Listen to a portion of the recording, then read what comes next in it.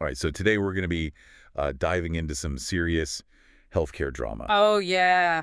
Remember back in 2024 when Dr. Oz, that heart surgeon turned TV personality, was chosen to lead Oh, yeah. the Centers for Medicare and Medicaid Services? CMS. Yeah, CMS. The announcement kind of sent shockwaves through, Everyone. pretty much. Absolutely. It was Yeah, really a head scratcher for a lot of people. I can You imagine. have folks cheering. Right, You know, he's a doctor. He gets it. sure. Then others were like, wait, isn't this the guy who was like promoting raspberry ketones on his show? Right, and all the policy wonks were probably like, what is going on? Losing their minds. This isn't about charming an audience. This is about, managing Yeah. a budget bigger than some countries. Exactly. You hit the nail on the head. Yeah. So CMS administrator oversees healthcare for over 150 million Americans through Medicare, Medicaid, and CHIP, Wow. the Children's Health Insurance Program. Okay, so we're talking Huge. huge responsibility. Absolutely impacting everything from your doctor visits to prescription costs. Okay. I'm starting to see why this appointment caused such a stir. Yeah, So beyond the headlines and the hot takes, right. what's the real power behind this position? Like, what can the CMS administrator actually do? Well, you know how the news is always like buzzing about healthcare costs, Always. coverage debates, and all the latest medical breakthroughs? Sure. Well, the CMS administrator's right there, They're in the thick of it. in the thick of it, shaping how those issues play out in the real world. So they're not just sitting behind a desk signing papers. Not even close. They are interpreting laws, setting regulations, and making decisions that have a ripple effect Wow. across the entire healthcare system. Across the entire healthcare system. To understand the scope of their power, we need to take a trip back in time. Oh. Back to CMS's humble beginnings. Ooh, a history lesson. A little bit. I'm all ears. Take me back to the good old days. Well, before there was CMS, there was HCFA. HC. The Healthcare Financing Administration, born back in 1977, Oh, their mission to bring Medicare and Medicaid, okay. two massive and complex programs under one roof. That sounds like a logistical nightmare. Oh, absolutely. Who's brave enough to tackle that? The first HCFA administrator was Robert Durzon. Robert Durzon. Imagine the pressure building an agency from scratch. Oh my God. Figuring out how to manage these sprawling programs all while navigating the political landmines of healthcare. Talk about a trial by fire. Absolutely. So he was laying the groundwork for what would eventually become the powerhouse that CMS is today. Yeah. But when did things really start to heat up? Right. When did HCFA flex its muscles and show its true power? One pivotal moment came in the 1980s with Carolyn Davis at the helm. Okay. Remember those long hospital stays your grandparents used to talk about? Oh, yeah. Well, Davis changed all that. Really? She introduced something called DRGs, diagnosis-related groups. DRGs. That sounds vaguely familiar. Yeah. But refresh my memory. How did that impact things? Before DRGs, hospitals essentially billed Medicare for whatever they spent on a patient. Oh, wow. No real incentive to be efficient. Right. But Davis said, nope, we're changing the game. Okay. With DRGs, hospitals got a fixed payment based on the patient's diagnosis. I see. Suddenly, there was pressure to treat people quickly and effectively. So you're telling me that the reason hospitals are so focused on getting you in and out quickly is partly because of decisions made back in the 80s? It really was a major shift, and it's still shaping how hospitals operate today. Wow, that's mind-blowing. Of course, it wasn't without controversy. Sure. Hospitals weren't exactly thrilled about having their billing practices upended, Right. but Davis stood firm, proving that HCFA and later CMS was willing to make tough decisions. Wow, talk about a power move. Absolutely. It sounds like each CMS administrator faces unique challenges and leaves their mark on the healthcare system. Yeah. What other pivotal moments come to mind? Well, fast forward to 2003 and the arrival of Medicare Part D, which covers prescription drugs. Yeah. This was spearheaded by Thomas Scully, who had the unenviable task of wrangling Congress, Oh, my God. insurance companies, and a skeptical public. Oh, Part D. Yeah, I remember my grandma trying to figure that out when it first rolled out. right. It seemed like a big deal, but also super confusing with all the different plans and options. Exactly. It was a massive expansion of Medicare impacting millions of seniors who struggled to afford their medications. Wow. And let's not forget the Affordable Care Act rollout under Marilyn Tavenner in 2010. Ah, yes. The ACA, wasn't that when the healthcare website crashed and burned? That was just one piece of the puzzle. Right. Tavenner faced a tidal wave of challenges, from technical meltdowns to fierce political opposition. Yeah. She was in the hot seat defending a program that was, let's just say, a bit polarizing. It sounds like each of these administrators had to navigate these incredibly complex Oh, yeah. and often controversial situations, Yes. all while trying to keep the healthcare system afloat. Precisely. And those challenges highlight just how much power rests in the hands of the CMS administrator. Oh, They're not just managing budgets, they're shaping the very fabric of American healthcare. okay. So I'm getting a sense of the weight of this position. Yeah. It's clearly not just about medical expertise. Oh. It's about leadership, Yes. policy savvy, and the ability to make tough calls that affect millions of lives. You got it. And that brings us back to Dr. Oz. Right. He's stepping into a position with a long and dramatic history, Yeah. a position that demands both a deep understanding of healthcare and the political acumen to navigate the complexities of Washington. So the million-dollar question is, does Dr. Oz have what it takes to handle this pressure cooker? Yeah. What are the potential concerns, and where might we see him flexing his influence? We'll delve into that right after this. Now, before we jump into Dr. Oz specifically, it's important to remember that even with all this power, the CMS administrator isn't a king or queen.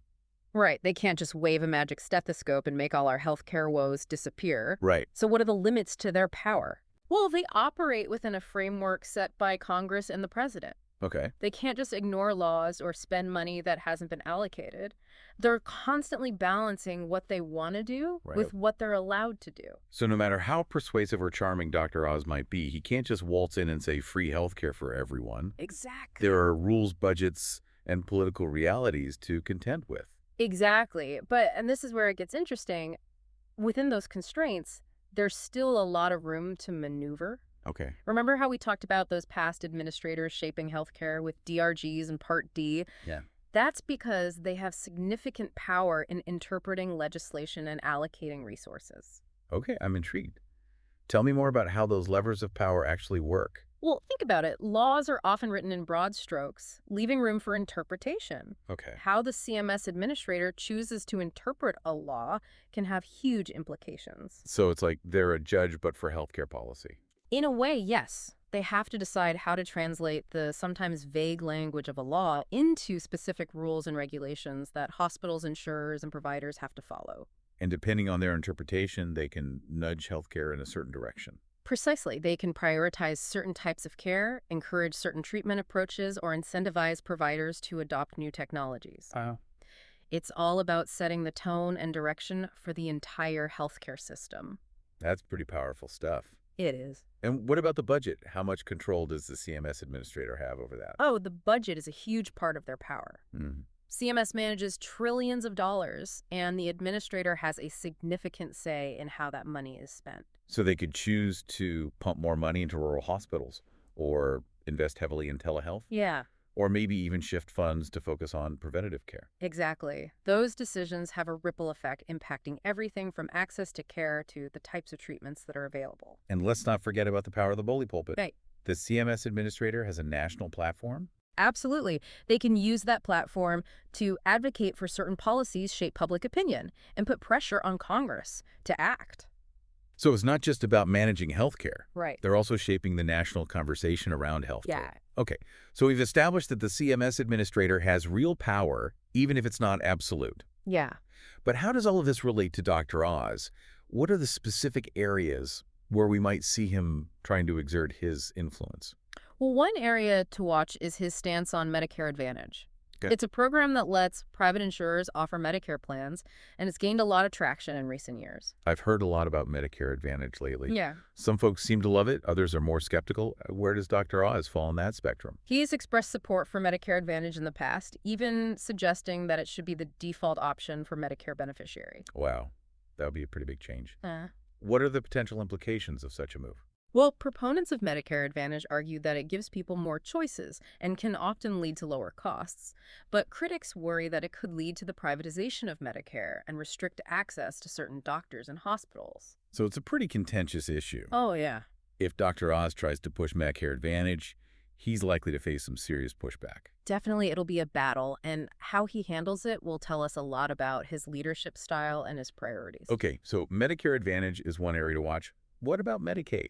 Right. That's another massive program under CMS's umbrella. Any clues about what Dr. Oz might have in store for that? It's a bit of a mystery at this point. He hasn't spoken extensively about his plans for Medicaid.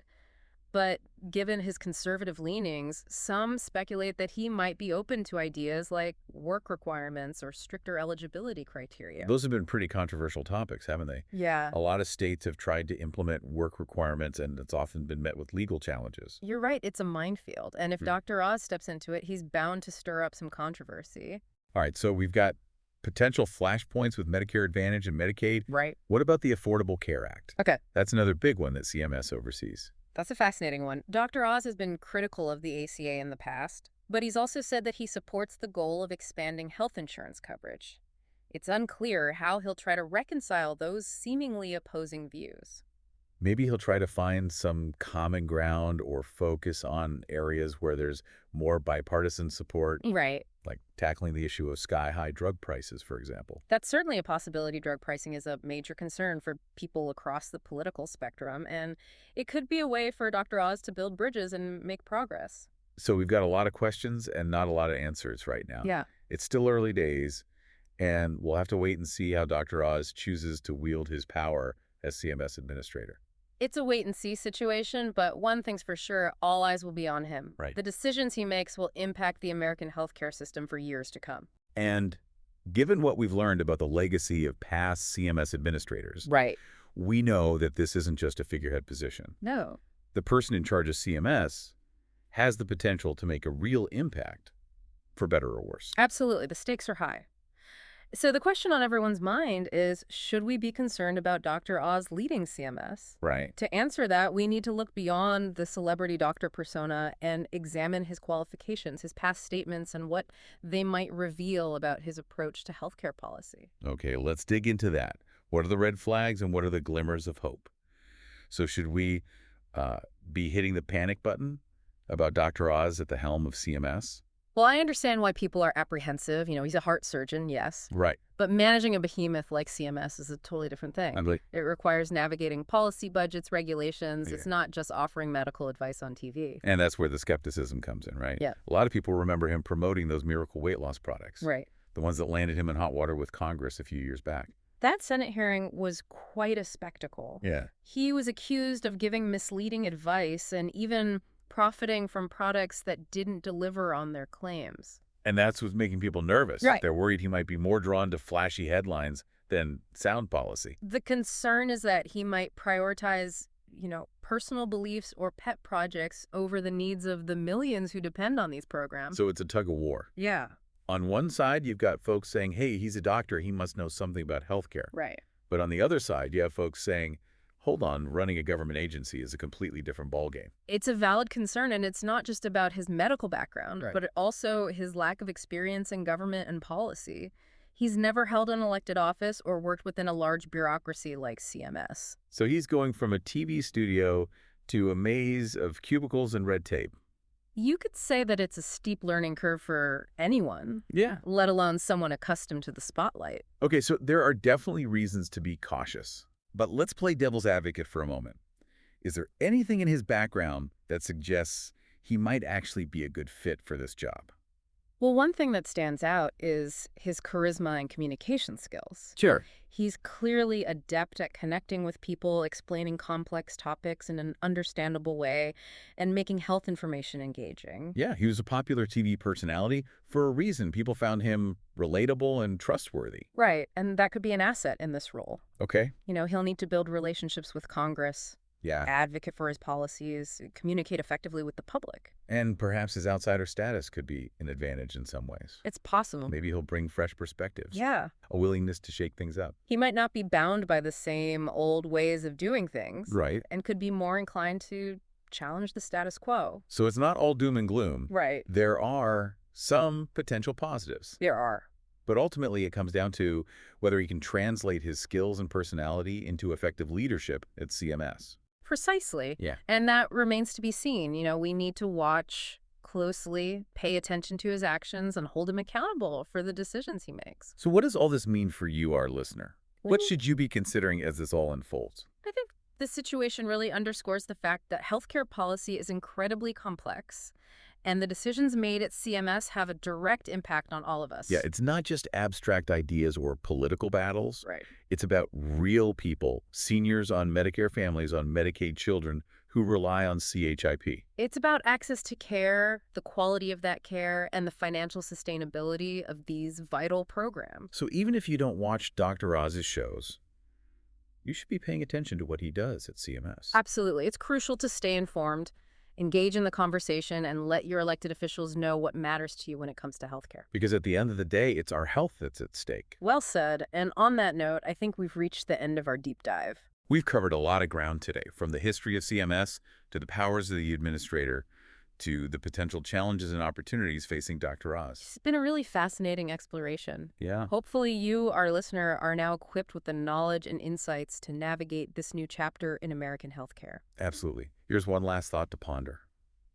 Think about the legacy of past CMS administrators, the difficult decisions they faced, the battles they fought, the impact they had on millions of lives. Dr. Oz is now stepping into those very shoes. What kind of footprint will he leave on American healthcare? Only time will tell. Until next time, stay curious, stay engaged, and stay healthy.